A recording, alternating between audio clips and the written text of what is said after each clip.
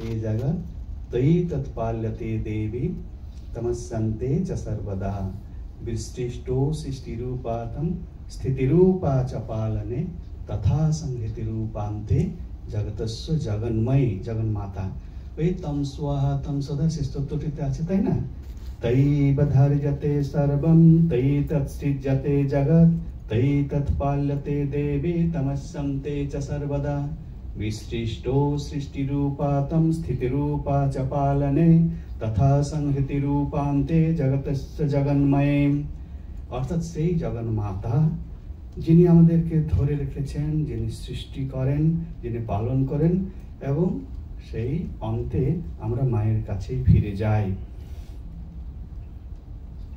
আমরা মায়ের মাতৃত্ব নিয়ে আলোচনা করছি যে তিনি এক রূপে তিনি ভক্তদের মা, অন্য রূপে তিনি সর্বস্বরূপিণী, তিনি বিশ্বব্যাপিনী, সর্বভূত অন্তর্যামিনী, সর্বকর্ম নিষ্পন্নকারিণী, পরমাত্মা স্বরূপিণী, সচ্চিদানন্দ রূপিণী।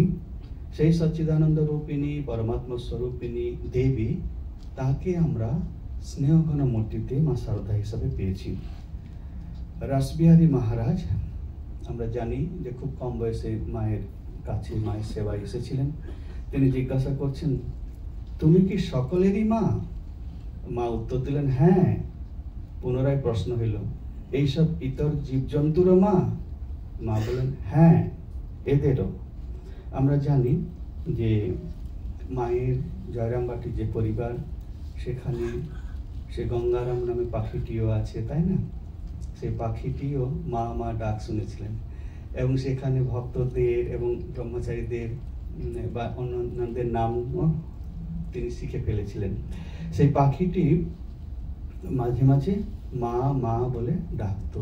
মা তখন ঠিক বুঝতে পারতেন যে পাখিটির খিদে পেয়েছে, তাই মা ছোলা জল নিয়ে আসতেন এবং সে খাঁচা পরিষ্কার করে খাঁচাটি আরেক জায়গায় সরিয়ে দিয়ে তারপর মা তাকে খেতে দিতেন।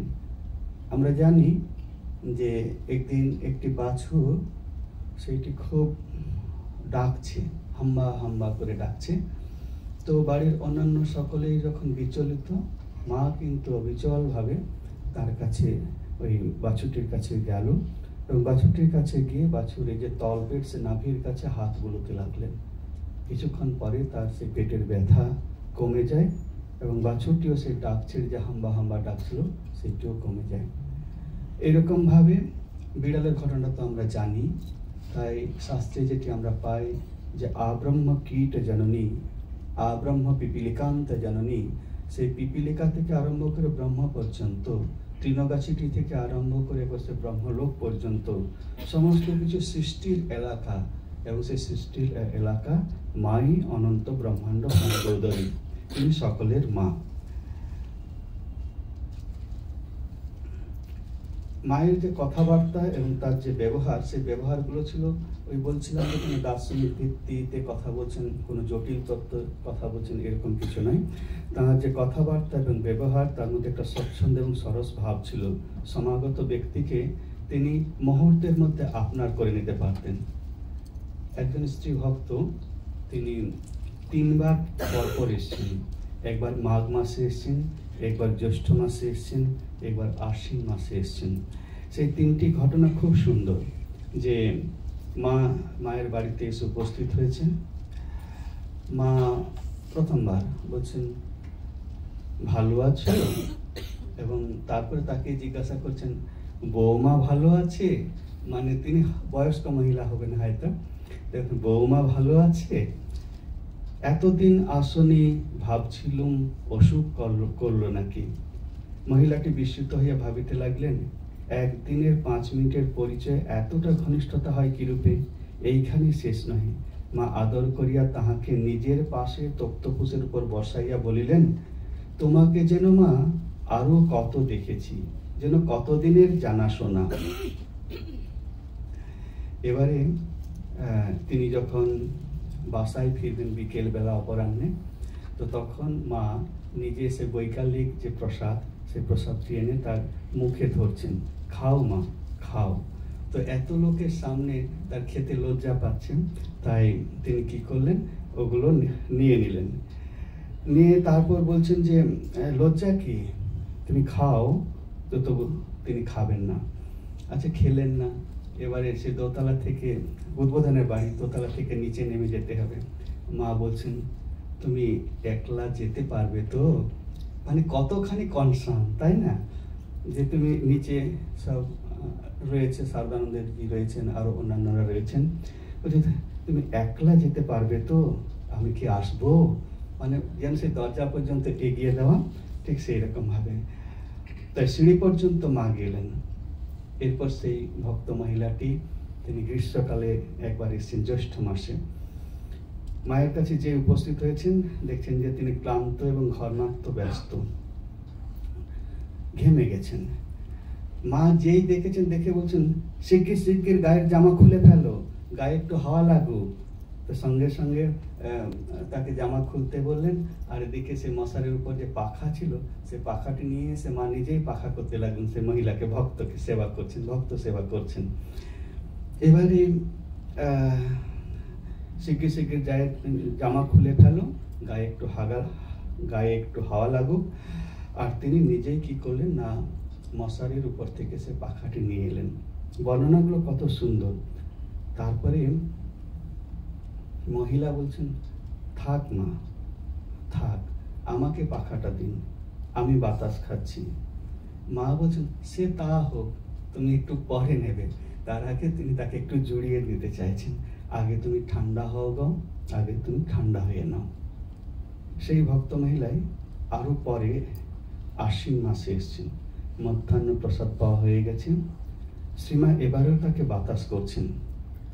বাতাস করতে করতে তিনি মায়ের পাশেই তাকে শোয়ার জন্য বলছেন যে ওই ঘর থেকে একটা বালিশ নিয়ে এসে আমার কাছে শো, আর এখানে শোলে আর বাতাস লাগবে না। ওই ঘর থেকে আনা মানে মায়েরই ঘর, মায়েরই ওই বালিশটি আছে, ওইখান থেকে ওই বালিশটি নিয়ে এসে এখানে শো। এবারে সেই মহিলা ভাবলেন, মায়ের বালিশে মাথা দেওয়া কি আমার ঠিক হবে? তিনি পাশের ঘরের বালিশটা নিয়ে এসেছেন। সেই বালিশটি ছিল রাধুর বালিশ।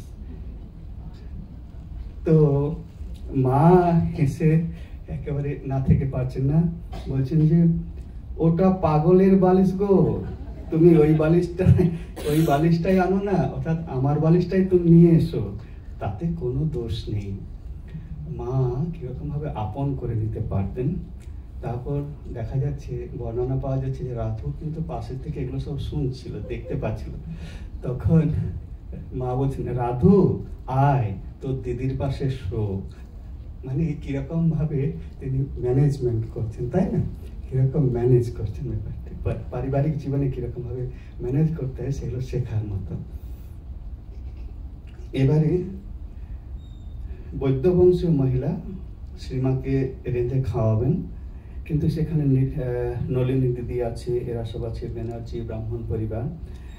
তো সেই মেয়েটি যখন রান্না করা খাবার এনে মাকে দিয়েছে, তো এদেরই আপত্তি ছিল, নলিনী দিদিদের আপত্তি ছিল। কিন্তু যখন খাওয়ার সময় হলো, তখন নলিনী দিদিকেও দেওয়া হয়েছে, তিনি খেয়েছেন। খেয়ে বলেছেন যে খুব সুন্দর হয়েছে। মা বলছেন, হবে না, আমার মেয়ে না, অর্থাৎ ওই বৈদ্য বাড়ির মেয়ে বলে নয়, আমার মেয়ে বলে। মা এইরকম ভাবে জাতি, ধর্ম, বর্ণ নির্বিশেষে সকলকে আপনার করে নিতে পারতেন। ভক্ত ভাবে, ব্রহ্ম ভাবে, ওই যে জগৎ থেকে দেখার কথা হচ্ছিল না, সে ব্রহ্ম শুষ্ক কিছু নয়, ব্রহ্ম হলো প্রেম স্বরূপ। প্রেম ভাবে, ভক্ত ভাবে তিনি সবাইকে দেখতেন এবং সেই বিচারগুলো করতেন। তো মা তখন সগর্বে বলছেন, যখন নলিনী দিদির খাবার খুব ভালো লেগেছে, তা হবে না, হবে না, আমার মেয়ে কিনা। এইভাবে আমরা দেখছি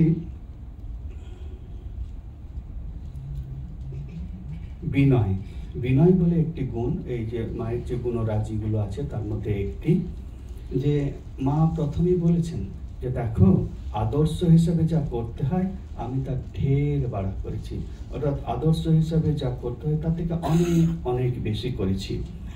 কিরকম আদর্শ, সেইগুলো আমরা এখানে তার কয়েকটি মাত্র তুলে ধরেছি। তাছাড়াও আরো আরো সেই অনন্ত রূপিণী, অনন্ত গুণবতী, তার অনেক গুণ রয়েছে। বিনয় গুণটি কিরকম না, তিনি পুরীতে গেছেন। পুরীতে গিয়ে বলরাম বসু তাদের যে সেই লক্ষ্মী নিবাস রয়েছে সেখানে মা আছেন।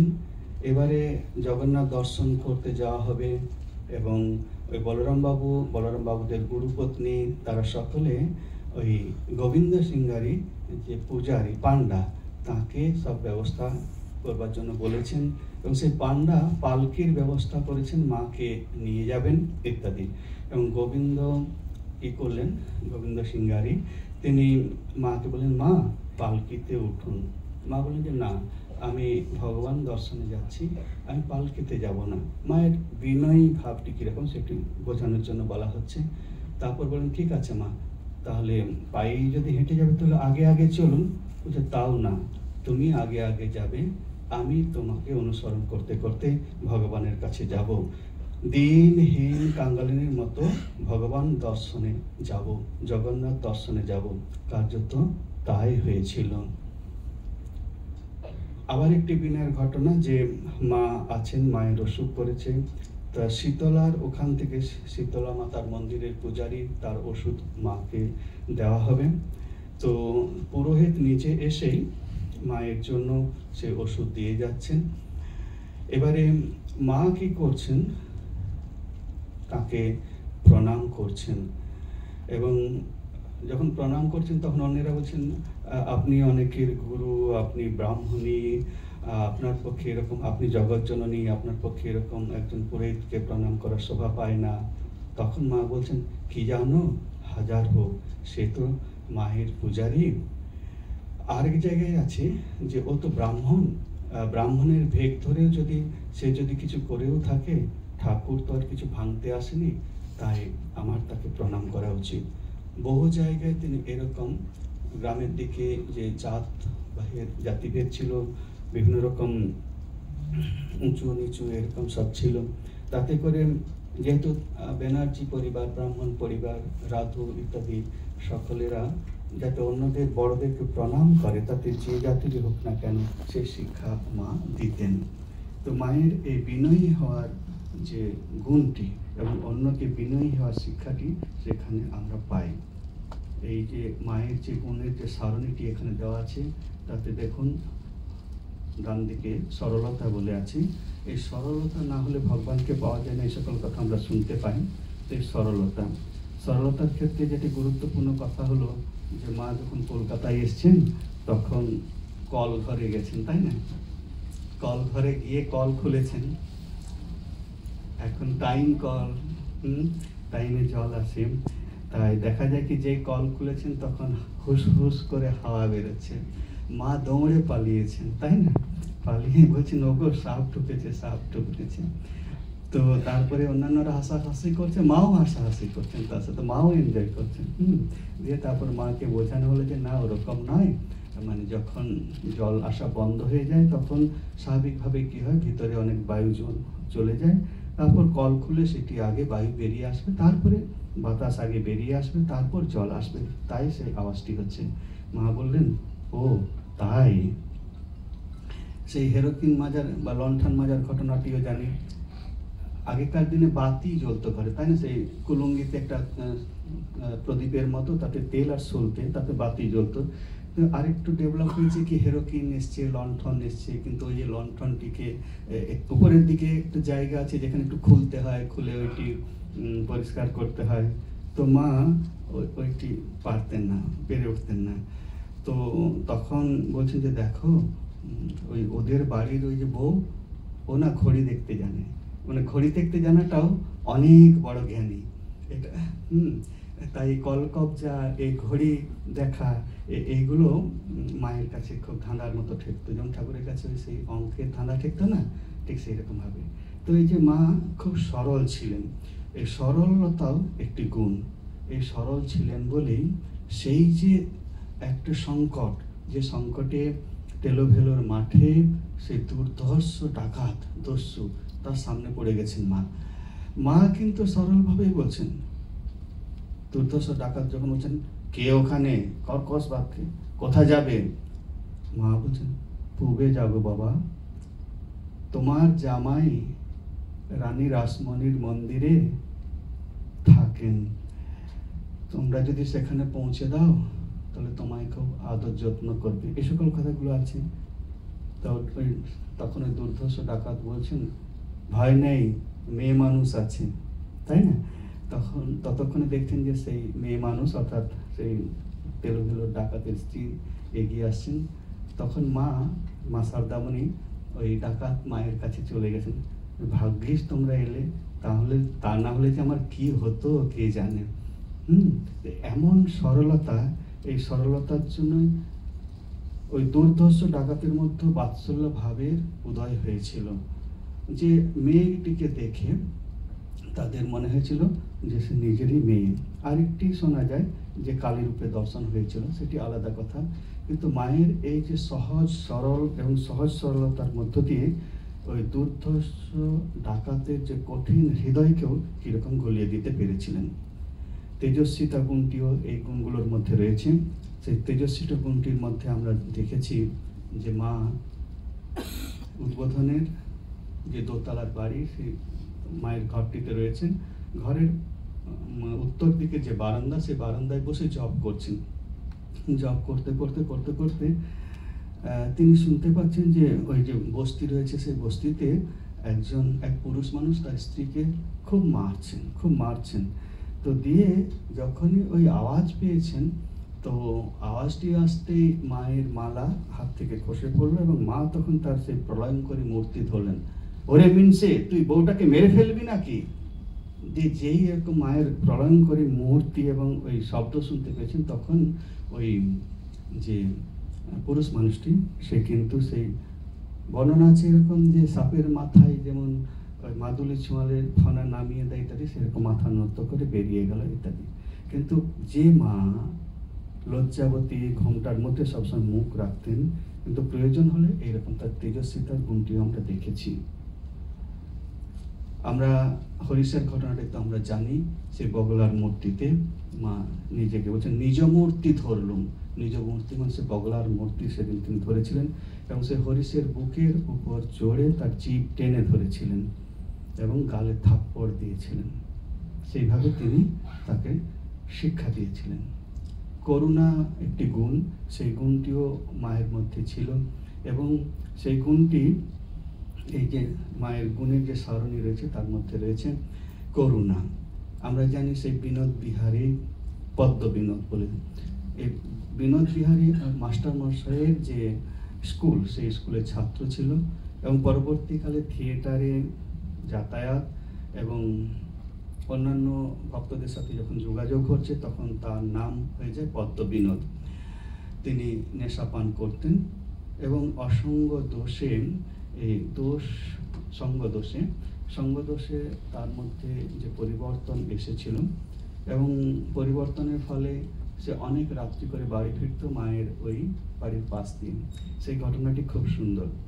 আর শারদানন্দজি মহারাজকে তিনি দোস্ত বলে ডাকতেন, ততদিনে পরিচয় হয়ে গেছে। এবারে একদিন কি হয়েছে, সেই মা রয়েছেন উপরে, সবাই ঘুমিয়ে পড়েছে, অধিক রাত্রি। তো আসবার সময় ওই যারা মাতাল হয়ে যায় তাদের মুখে অনেক সময় গান বেরিয়ে আসে, তাই না? কিন্তু পদ্ম বিনোদের মুখেও সে গান বেরোচ্ছে। গানটি খুব সুন্দর। ওঠো গো করুণাময়ী, খোলো গো কুটির দ্বার, আঁধারে হেরিতে নারী, হৃদি কাঁপে অনিবার। তারস্বরে ডাকিতেছি তারা তোমায় কতবার, দয়াময় হয়ে আজি একই করো ব্যবহার।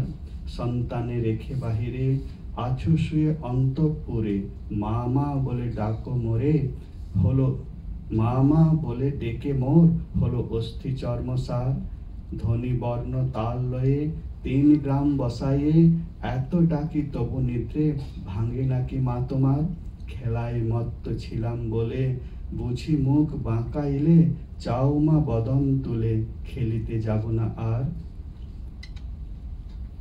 গানের সঙ্গে সঙ্গে উপরের জানালার পাখি খুলিয়া গেল, ক্রমে বাতায়নটি সম্পূর্ণ উদ্ঘাটিত হইল। অর্থাৎ ওই যে কলকাতার যে জানালাগুলো, সেই জানালাগুলোর খড়খড়িগুলো ওগুলো খুলে গেল, জানালাটি খুলে গেল। পদ্ম বিনোদ তৃপ্তি সহকারে মাকে দেখলেন, দেখে বলছেন, উঠেছ মা, ছেলের ডাক শুনেছ, উঠেইছ তো যখন, তখন পেন নাম নাও বলিয়া তিনি রাস্তায় গড়াগড়ি দিতে লাগলেন।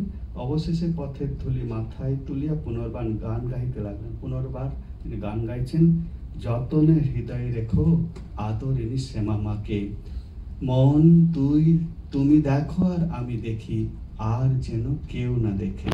সজোরে আখর দিচ্ছেন, আমি দেখি দোস্ত না দেখে। পরদিন শ্রীমা জিজ্ঞাসা করলেন, ছেলেটি কে? সব শুনিয়া বললেন, দেখেছো জ্ঞানটুকু টনটনে। পদ্মবিনোদ অন্তত আরেকবার এইভাবে শ্রীমায়ের দর্শন পাইয়াছিলেন, ওই যে উঠো গো করুণাময়ী, মানে করুণাই মা ওই মাতালকেও দর্শন দিলেন, এবং পরেও মা আরো একবার দর্শন দিয়েছেন। পরবর্তীকালে দেখা যাচ্ছে যে এই পদ্মবিনোদের উদরী রোগ হয়েছিল এবং হাসপাতালে ভর্তি হয়েছিলেন।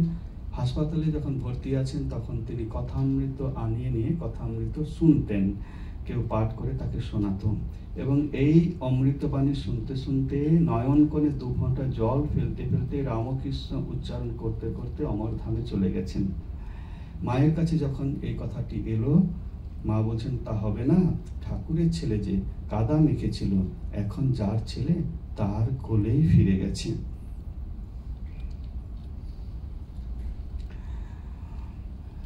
বিচারশীলতাও একটি গুণ, এই বিচারশীলতা গুণটিও মায়ের খুব ছিল। আমরা জানি এমনকি এক সময় দেখা যাচ্ছে যে মা বিচারকের ভূমিকায় তাকে অবতীর্ণ হতে হয়েছেন। দক্ষিণেশ্বরে ঠাকুরের কাছে একজন এসেছেন, সে ঠাকুরের থেকে অধিক ফর্সা। ঠাকুর মাকে বললেন যে আলোচনা হচ্ছে যে কে বেশি ফর্সা। ঠাকুর বলছেন, আমি বেশি ফর্সা না, ওই লোকটি বেশি ফর্সা। তো কে বিচার করবে, এখানে নিরপেক্ষ বিচারক কে আছে? তো সবাই মায়ের দিকে ঠেলে দিলেন। মা কি করে আসেন? মা তো এইভাবে পুরুষ মানুষের সামনে আসতে পারেন না, না? তো বলছেন, ঠিক আছে আমি বিচার করব, কিন্তু ওই আমি নহবতেই থাকবো, এই মানে তোমরা এই ঘর থেকে বেলতলার দিকে যাবে, তখন আমি দেখে বলে দেবো। তো তারপরে ঠাকুর এবং সেই ভদ্রলোক ভরসা, তিনি তারা দুজনের পাশ দিয়ে গেছেন, পরে ফিরে এসেছেন। ফিরে এসে তারপর খবর নিচ্ছেন যে আচ্ছা বিচারের রায় কি হলো। তখন মা বলছেন, উনি মানে ওই অপর লোকটি, উনি একটু বেশি ভরসা, অধিকতর ভরসা। মানে এই দেখুন, মানে আমরা সেই শঙ্করাচার্যের যে জীবনী, তাতে সেই মন্ডন মিশ্রের সাথে যখন আলোচনা হচ্ছে, তখন উভয় ভারতী, মন্ডন মিশ্রের স্ত্রী, তিনিও বিচারকের ভূমিকায় অবতীর্ণ হয়েছিলেন। তিনি সরস্বতীর অংশে জন্ম, মাও সরস্বতী। তো দেখছি এরকম ভাবে মাকেও বিচারকের ভূমিকায় অবতীর্ণ হতে হয়েছিল, যেমন করে আমরা শঙ্করাচার্যের জীবনীতেও পেয়েছি। আবার আমরা দেখছি যে অনেক পরবর্তীকালে যে বেলুড় মঠ যখন বিক্রি করে দেবেন বলছেন বিশ্ববিজয় বিবেকানন্দ, তাকে তিনি বলছেন, সে কি, বেলুড় মঠ তো তোমার নামে নেই, বেলুড় মঠ তো আমার নামে, তাই না? তুমি কি করে বিক্রি করবে? এদিকে ইনি অ্যাডভোকেটের ছেলে, তাই না, উকিল বাড়ির ছেলে নরেন্দ্রনাথ, আবার বিশ্ববিজয়ী, তার কি, তাকে মা কিরকম ভাবে সামলে দিলেন, তার বিচারশীলতা কিরকম। আবার স্বামীজির আরেকটি ভাব এসছে, যে ভাবটা স্বামীজি যখন আসে তখন সেটিকে বড় করে দেন। আমি দুর্গা পুজো করবো, দুর্গা পূজা এরকম রীতি আছে যে ছাগ বলে দিতে হবে, রুধির সেখানে দিতে হবে, রক্ত দিতে হবে। তো মায়ের নামে সংকল্প, মায়ের অনুমতি চাই। তো মায়ের কাছে যখন খবরটি গেল, মা বলছেন, সে কি বাবা, তোমরা সন্ন্যাসী, তোমরা তো সবাইকে অভয় দেবে, এটা হতে পারে না। তো বিকল্পে ওই যে সেই লাউ বা ইত্যাদি, ডাবের জল ইত্যাদি এগুলো সব দেওয়া হয়। হ্যাঁ হ্যাঁ, যদি না হতো, মায়ের বিচার শক্তি সেখানে যদি না প্রয়োগ করতেন, মা যদি রায় না দিতেন, তাহলে আমাদের পূজনীয় সীতানন্দজি মহারাজ বলছিলেন, তাহলে বেলুড় মঠের মেন গেট থেকে মণ্ডপ পর্যন্ত শুধু ম্যা ম্যা ম্যা ম্যা আওয়াজ করতো, লাইন পড়ে যেত সেই বলে। মায়ের সেই তিতিক্ষার গুণটি আমরা খুব ভালো করে জানি যে হ্যাঁ, যে মা বৃন্দাবনে গেছেন কখন, যখন ঠাকুরের শরীর চলে গেছে, তারপর মায়ের ওই শোক নিবারণ করবার জন্য তীর্থে তীর্থে অনেকে যান, মাও গেছেন। তো সেখানে খবর আসছে যে কালীবাড়ি থেকে মাকে যে 5-7 টাকা দেওয়া হতো, সেই টাকাটি রামলাল দাদা খাজাঞ্চিকে বলে ওটা বন্ধ করে দিয়েছেন যে মাকে ভক্তেরা টাকা দেয়, একজন ব্রাহ্মণী বিধবার পক্ষে ভক্তদের দেওয়া টাকায় যথেষ্ট, হতে মাকে আর টাকা দেওয়ার দরকার নেই, তাই টাকাটি বন্ধ হয়ে গেল। মা যখন এটা শুনলেন, শুনে বললেন, মানে বৈরাগ্যের কিরকম চূড়ান্ত পরিণতি, মা বলছেন বন্ধ করেছে করুক, এমন ঠাকুরই চলে গেলেন, টাকা নিয়ে আমি কি করব। এদিকে ভক্তেরা স্থির করিয়াছিল যে গুরুপত্নীকে মাসিক 10 টাকা করিয়া নিবেদন করবেন, কার্যত সেইটিও তখন হয়নি। এবারে মা তীর্থ দর্শন করে যখন ফিরে এসেছেন কলকাতা হয়ে, তারপর বর্ধমান হয়ে কামারপুকুরে গেছেন। কামারপুকুরের জীবন তখন কেবল নিঃসম্বল নয়, নিঃসঙ্গ। মানে শ্রীরামকৃষ্ণ একথা তাকে বলেছিলেন যে কামারপুকুরে থাকবে, শাক বুনবে এবং শাক ভাত খাবে আর হরিনাম করবে। এই যে তিতিক্ষা, মানে সহনম সর্বদুঃখানাম অপ্রতিকার পূর্বকম চিন্তা বিলাপ রহিতম সা তিতিক্ষা নিবদ্ধতে। যে কেউ কিছু বললো, কেউ কিছু করলো, সহনম সেটাকে সহ্য করা, সর্বদুঃখানাম সকল দুঃখ, অপ্রতিকার পূর্বকম প্রতিকারের চিন্তা না করা, চিন্তা বিলাপ রহিতম, আর দিল না কি করে হবে, এইরকম ভাবনা চিন্তাও না করা, বিড়বিড় না করা, চিন্তা বিলাপ রহিতম, সেইটিকে বলা হচ্ছে তিতিক্ষা। অর্থাৎ সেটা নিয়ে ভাবনায় আনতে দেওয়া চলবে না। সেই সময় নরেন্দ্রনাথ দত্ত চেষ্টা করেছিল এতে, এই দক্ষিণেশ্বর কালীবাড়িতে, কিন্তু শেষ পর্যন্ত তিনি ব্যর্থ হন। এরকম তিতিক্ষার বহু ঘটনা আছে, এগুলো তো আমরা একটি আলোচনা করলাম। এই তিতিক্ষার গুণটিও মায়ের যে গুণের সারণী রয়েছে তার মধ্যে একটি। আরেকটি হলো ধৈর্য। ধৈর্যের তো কথাই নেই। মা যখন নহবতে থাকতেন তখন দেখেছি যে 2 মাসেও মা ঠাকুরের সাথে মায়ের দেখা হচ্ছে না। এরকম কতদিন মা ধৈর্য ধরে থেকেছেন, তাই না? আরেকটা ধৈর্যের ব্যাপার দেখি, যখন ঠাকুর চলে গেছেন তখন জয়রাম বাটিতে কিরকম ভাবে রাধারানী এবং যে মামিরা রয়েছেন, মামারা রয়েছেন, সেই পরিবারের যে স্বার্থপর মামারা রয়েছেন এবং যে সংকীর্ণ মানা যে নলিনী দিদি, রাধু, এরা সব রয়েছেন, মানে সাপে নেউলে এদের এরকম সম্পর্ক। তো সেই রকম জায়গায় মা সুখ দুঃখ বিপদ আপদ নিয়ে সংসার, মা চাইলেন সকলকে নিয়ে আনন্দে থাকতে, কিন্তু বিরুদ্ধ স্থলগুলোতে স্বার্থ, ভ্রাতাদের স্বার্থ বুদ্ধি, ভ্রাতুষ্পুত্রীদের পরস্পর হিংসা, নলিনী দিদির সূচিপায়, রাধুর যে বাতুল সদৃশ আবদার, ছোট মামির পাগলামি, এই সকল মিলিয়ে যে অবর্ণনীয় যে একটা পরিবেশ সৃষ্টি হতো, তাতে একমাত্র ধৈর্যময়ী শ্রীমাই শান্তভাবে সংসারের কাজ সব করেছিলেন। সেখানে আমরা সেই ম্যানেজমেন্টের নানা কথা শুনতে পাইছি, তত্ত্ব পাঠানো নিয়ে, তাই না? এছাড়াও আমরা দেখেছি যে মায়ের জন্মদিন পালন করা হবে, তো আরেকবার জগদ্ধাত্রী পুজো হবে, আর তাছাড়া নানা রকম যে পারিবারিক অনুষ্ঠানগুলো লেগে থাকে সেগুলো হবে। এবারে মায়ের জন্য টাকা আসে, সেই টাকাগুলো প্রথম দিকে মামারাই রাখতেন।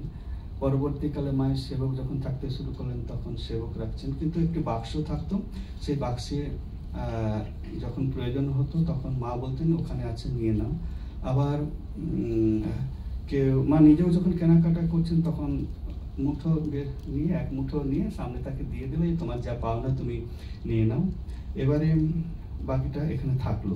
দেখা যাচ্ছে যে পরবর্তীকালে যখন কথা উঠছে যে মা কি তাহলে হিসাব নিকাশ করতে চাইতেন না, বলছেন তা নয়, মায়ের যে ব্যবহারটি এরকম ছিল, মা কিরকম ভাবে হিসাব চাইতেন যে কাউকে হয়তো বাজার করবার জন্য টাকা দেওয়া হয়েছে, ফিরে এসে তাকে জিজ্ঞাসা করেন, বাবা আবার তোমার টাকা লাগবে, এইভাবে ঘুরিয়ে কথাটি হলো এরকম। তো এবারে কেলে মামাকে নিয়ে মায়ের খুব সমস্যা ছিল, প্রচুর টাকা খরচা করে। তো একবার হলো যে বলছেন না ওকে দেওয়া যাবে না, বড়দা মামাকে বলছেন, বড়দা মহারাজ তাকে বলছেন যে এরকম তুমি এক কাজ করো, তুমি এই কয়াপাট বদনগঞ্জ থেকে বাজার করে নিয়ে এসো, ওকে এই বড় বড় বাজারগুলো করতে দেওয়া হবে না। কিন্তু হলে কি হবে, মানে মামা তো রেগে গেছেন, তো রেগে গিয়ে সেই এমন হয়েছে পরবর্তীতে যখন আবার অনুষ্ঠান এসছে তখন বলছেন যে দেখো ওকে না এইগুলো একটু আলগা ছাড়তে হবে, একটু কালিকে আলগা না ছাড়লে ও আবার না কোনো কাণ্ড করে বসায়। ওই যে একবার মায়ের জন্মতিথি, মায়েরই জন্মতিথি, সে কর্তাত্তি করার সুযোগ পায়নি। প্রত্যেকবারই সে কর্তাত্তি করে, কিন্তু সেইবার সুযোগ পায়নি বলে সে রাগে গিয়ে খড় ঝাড়ছিল, খড়গুলো এক জায়গায় করে নিয়ে আসছিল।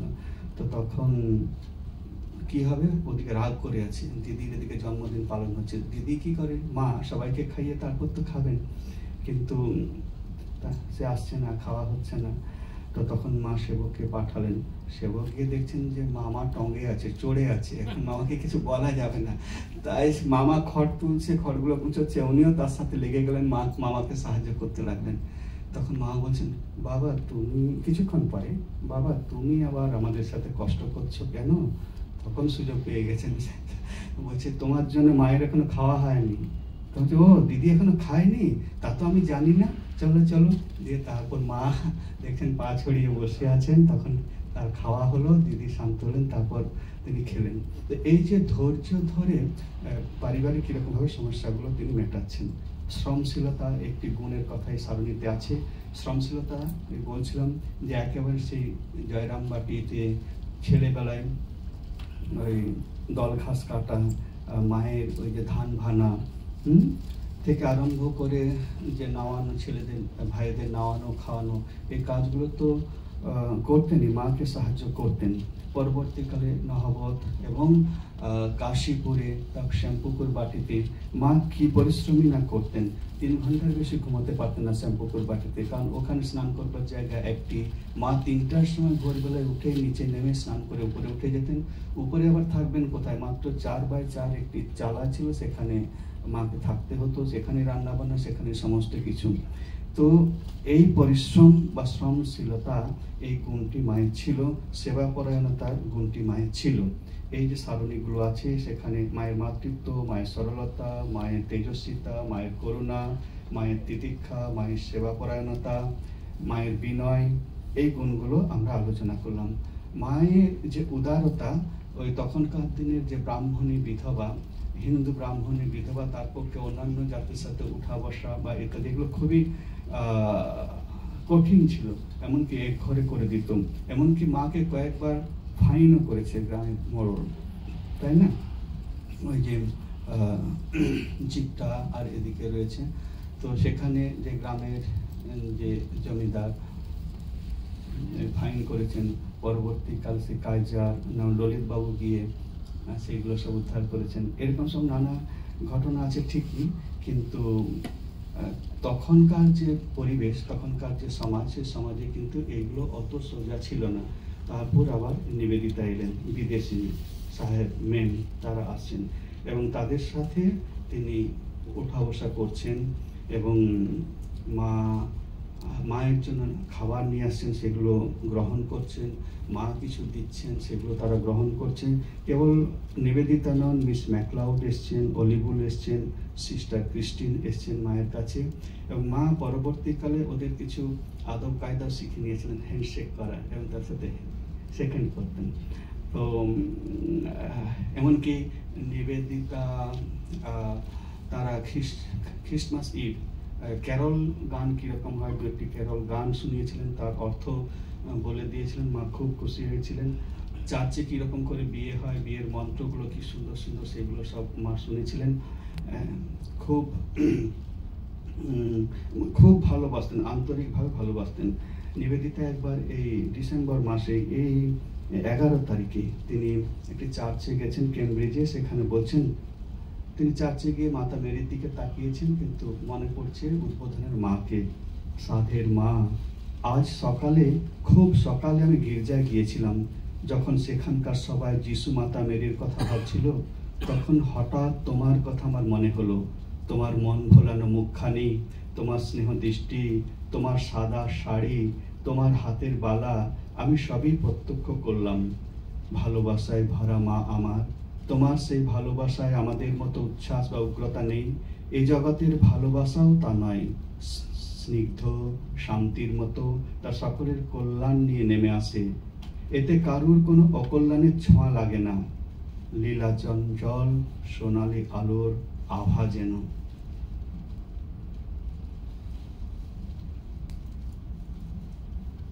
অদোষদর্শিতা অর্থাৎ দোষ না দেখা, এই গুণটিও এই যে গুণের সারণী রয়েছে তার মধ্যে একটি আছে।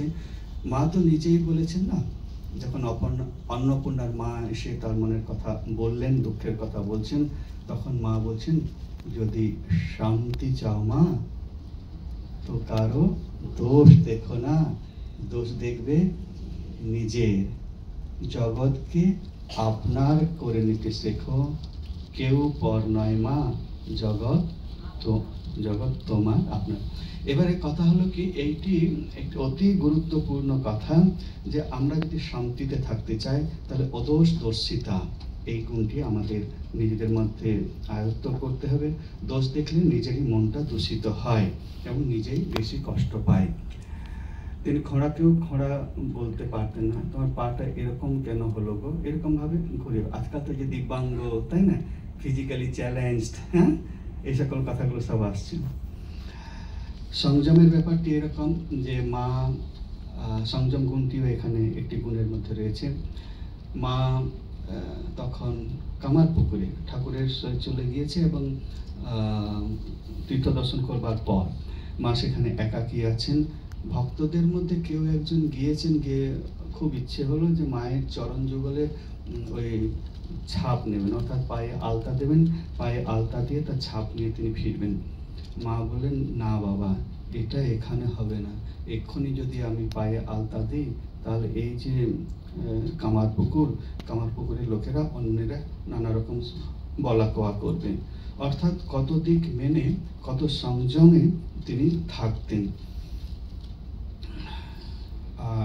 তপস্যার গুণটিও একটি গুণ। মায়ের তপস্যা, দু ধরনের তপস্যার কথা আমরা জানি, গীতাতে তো কায়িক তপস্যা, বাচিক তপস্যা, শারীরিক তপস্যা, তিন ধরনের তপস্যার কথা আমরা জানি, তাই না। কায়িক তপস্যা হলো শরীর দিয়ে, বাচিক তপস্যা হলো বাক্য দিয়ে কাউকে দুঃখ না দেওয়া, কাউকে কটু বাক্য না বলা, মিথ্যে কথা না বলা ইত্যাদি। কায়িক, বাচিক আর মানসিক, মনে মনেও কারো অশুভ চিন্তা না করা ইত্যাদি।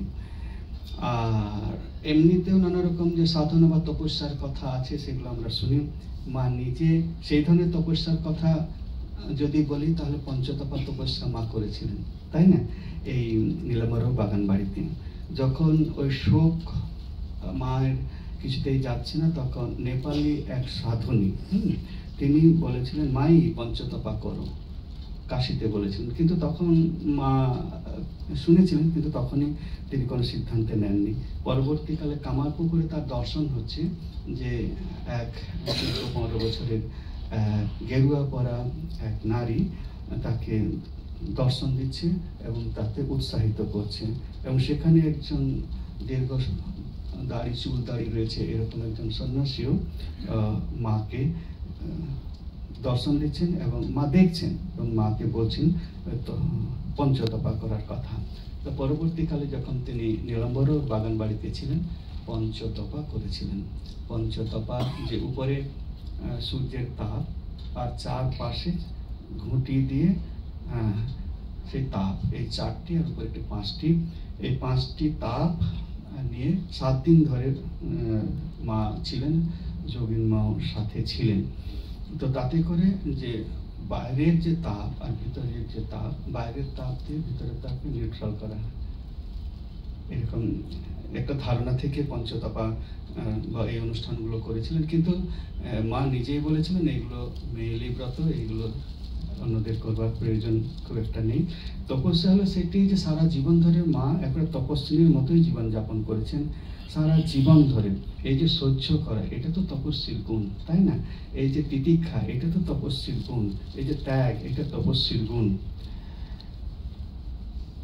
আমরা ষোড়শী পুজোর কথাটি বলেছি। এই ষোড়শী পুজোয় যেটা শেষ লাইন, যেটি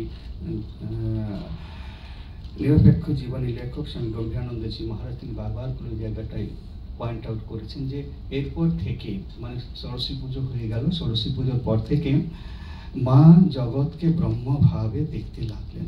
এই ব্রহ্মভাবে জগৎটাকে দেখা, এই ব্রহ্ম দৃষ্টিতে জগৎটাকে দেখা, এইটি খুব গুরুত্বপূর্ণ কথা। ঠাকুর মাকে বহু শিক্ষা দিয়েছেন। আমরা তো জানি সেই চলতে পাকানো থেকে আরম্ভ করে আত্মীয় পরিজনদের সাথে কীরকম ব্যবহার করতে হবে সেগুলো, নৌকো থেকে নামবার সময় সব শেষে নামবে, নৌকোতে ওঠার সময় সবার আগে উঠবে। তো সেখানে মূল কথাটি ছিল যে বৈরাগ্য এবং ভগবত ভক্তির ভাবটি। এই ভগবত ভক্তি ভাব, ব্রহ্মভাব, এই ব্রহ্মভাবে সেটি মাতৃভাব, সে মাতৃভাবে জগৎটাকে তিনি দেখেছেন। আমরা প্রথমে আলোচনা করেছিলাম সেই পুকুর পাড়ে হীরের কথাটি দিয়ে, তাই না? যে পুকুর পাড়ে একটি হিরে পড়েছিল, প্রত্যেকেই আসতো এবং এসে সেই হিরেতে কাপড় কাচতো, পা ঘষতো এবং দিনের পর দিন চলে যেত। তারপর একজন জোহরি এলো একদিন, তিনি দেখেই চিনতে পারলেন আগে তো মহামূল্যবান হীরা। তারপর তিনি কি করলেন, সেটিকে তুলে নিয়ে গেলেন এবং তাকে চিনতে পারলেন সেটি হীরা বলে। সেই মা দেবী না মানবী সেটি বলতে গিয়ে মা বলছেন, মা নিজেই গল্পটি বলেছেন, মায়ের মুখে বলা এই গল্প যে অধিকারী কই, যে যার কাছে আমি স্পষ্টভাবে উচ্চারণ করবো, স্পষ্টভাবে তাকে জানাবো যে আমি দেবী। গত দিনে আমরা আলোচনা করেছি যে মা জগদ্ধাত্রী, তিনি কতজনকে জগদ্ধাত্রী রূপে দর্শন দিয়েছেন, তাই না? সেই রাম হৃদয় ঘোষাল, তারপর যেখানে চন্দ্রমোহন দত্ত, আচ্ছা বসুমতী মা, এরকম বহুকে তিনি দর্শন দিয়েছেন, একবারে জগদ্ধাত্রী রূপে দর্শন দিয়েছেন। সেই যে মা, সেই মা তিনি দেবী, তিনি মানবী। দেবী এবং মানবীর যুগ্মভাবে অবস্থান করছেন। দেবী এবং মানবী মাঝখানে, দেবী ভাবে এবং মানবী ভাবে মাঝখানে ভাব মুখে থেকে আমাদের সকলের সাথে তিনি সংসারে কেমনভাবে থাকতে হবে সেটি দেখিয়েছেন। তিনি জয়রামবাটি পরিবারটিকে একবারে সম্পূর্ণভাবে সংসারটিকে নিয়েছেন, একবারে পূর্ণ সংসারীর যেরকম হয় সেরকম রয়েছেন তিনি। ওই পরিবারের গৃহিণী, ওই গৃহিণী চ্যাপ্টারটি যদি আমরা পড়ি তাহলে দেখব যে তার ভাতৃজায়া, ভাতুষপুত্র এবং তাদের যে ছেলেমেয়েরা, সেই ছেলেমেয়েরা পর্যন্ত, যে ওখানে প্রসন্ন মামা এবং তার যে বধূ রামপ্রিয়া এবং সুবাসিনী, সেখানে নলিনী এবং মাকুর ছেলে নেড়া, তারপর সুবাসিনীর কমলা, বিমলা এবং গণপতি মামাকে অনেকে দেখে থাকবেন, মামা বলবো না, গণপতি, তাই না? গণপতি হলেন ওই প্রসন্ন মামার ছেলে। যারা জয়রামবাটি গেছেন তারা দেখেছেন গণপতিকে। আচ্ছা, বড়দা মামা এবং মামি হলেন সুবোধবালা, সেই ক্ষুদিরাম তার ছেলে এবং বিজয় কৃষ্ণ। কিন্তু ক্ষুদিরাম তো শ্বশুরের নাম, সেই জন্য মা তাকে ক্ষুদি বলে ডাকতেন না, ফুদি বলে ডাকতেন। ঠিক সেরকমভাবে যে অভয়চরণ এবং সুরবালা, তাদের যে কন্যা সন্তান রাধুর ছেলে বনবিহারী নাম দিয়েছিল, যেহেতু সে ওই জগদম্বা আশ্রম, সে বনে, সেখানে তার জন্ম হয়েছিল, মা তাকে বনু বলে ডাকতেন ইত্যাদি। তো এরকমভাবে দেখা যাবে যে তারা এক এক করে শরীর ত্যাগ করছে, শরীর ছেড়ে চলে যাচ্ছে। তো অনেক পরে যখন তার ভাই, নিজের ভাই অভয় মেডিকেল সেখানে তার শেষ পরীক্ষা হয়ে গেছে, তারপর তিনি বিসূচিকা রোগে আক্রান্ত এবং মারা যান। তো সেই দুঃখটা মা নিতে পারেননি। পরে তিনি ভাতৃজায়াদের কাউকে বলছেন, আশীর্বাদ করে তোদের যেন ছেলে না হয়। এরকম অদ্ভুত আশীর্বাদ, মানে দুঃখে পরে মা এই কথাগুলো বলেছেন। মানে একেবারে সংসারটাকে এমনভাবে নিয়েছিলেন যে তিনি একেবারে ঘোর সংসারের মতো দেখতে মনে হতে পারে। তাই একদিকে যেমন রয়েছে যে পরম করুণা রয়েছে রাধু দিদিদের প্রতি, নলিনী দিদিদের প্রতি, ঠিক সেই রকমভাবে আবার উদাসীনতাও দেখা গেছে। আমরা জানি যে রাধুকে মা কত ভালোবাসতেন, কিন্তু যখন বিবাহযোগ্য হলেন তখন অনেকে মাকে বলেছিলেন যে মাস্টারমশাইয়ের স্কুলে অনেক ছেলে আসে একজনকে পাত্রস্থ করার জন্য। মা বলছেন, ও আমি বলতে পারবো না, আপনি আসে তো আসুক।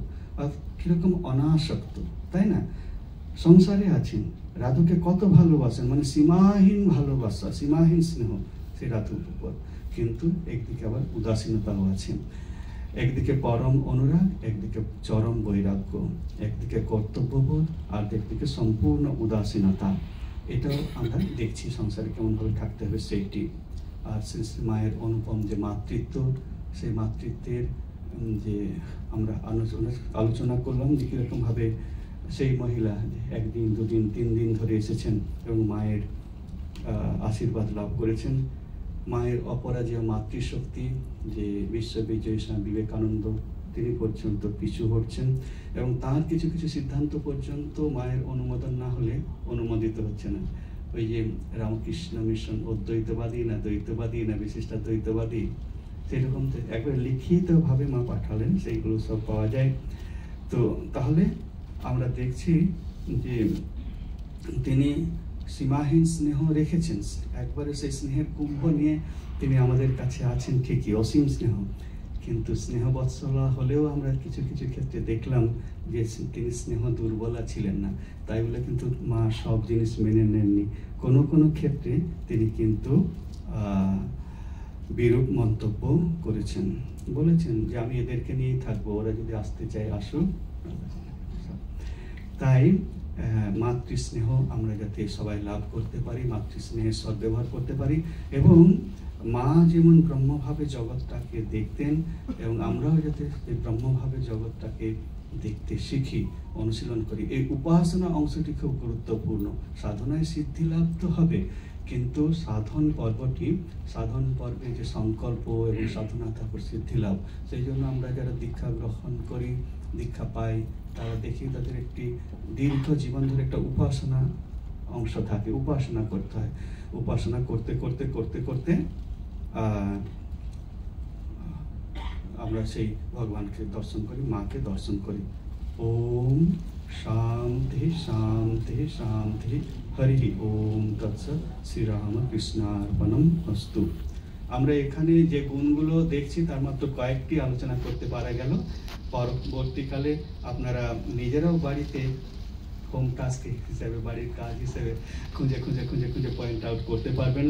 মায়ের মাতৃত্ব, মায়ের সরলতা, মায়ের তেজস্বিতা, মায়ের লজ্জাশীলতা, শ্রদ্ধা, করুণা, বিচারশীলতা, তিতিক্ষা, সন্তোষ, ধৈর্য, ক্ষমা, বুদ্ধিমত্তা, পবিত্রতা, শ্রমশীলতা, সহিষ্ণুতা, সেবাপরায়ণতা, ত্যাগ, সমদর্শিতা, অদোষদর্শিতা, উদারতা, নিরভিমানিতা, বিনয়, সংযম ও তপস্যা। এখানে এই কয়েকটি গুণ ছাড়াও আমরা বললাম যে মা অনন্ত গুণবতী, অনন্ত নামনি মা, অনেক তার গুণ, কিন্তু তিনি বলছেন যে আমি আদর্শ শেখানোর জন্য যতটুকু করতে হয় তার থেকে অনেক বেশি করেছি। তার মধ্যে আমরা কয়েকটি মাত্র এখানে আলোচনা করছি, কিন্তু মা সেই মানবীর আদর্শের পরাকাষ্ঠা।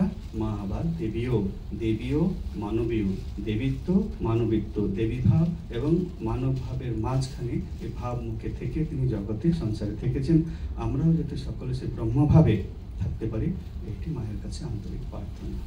ওম শান্তি শান্তি শান্তি, হরি ওম তৎসৎ, শ্রীরামকৃষ্ণার্পণমস্তু।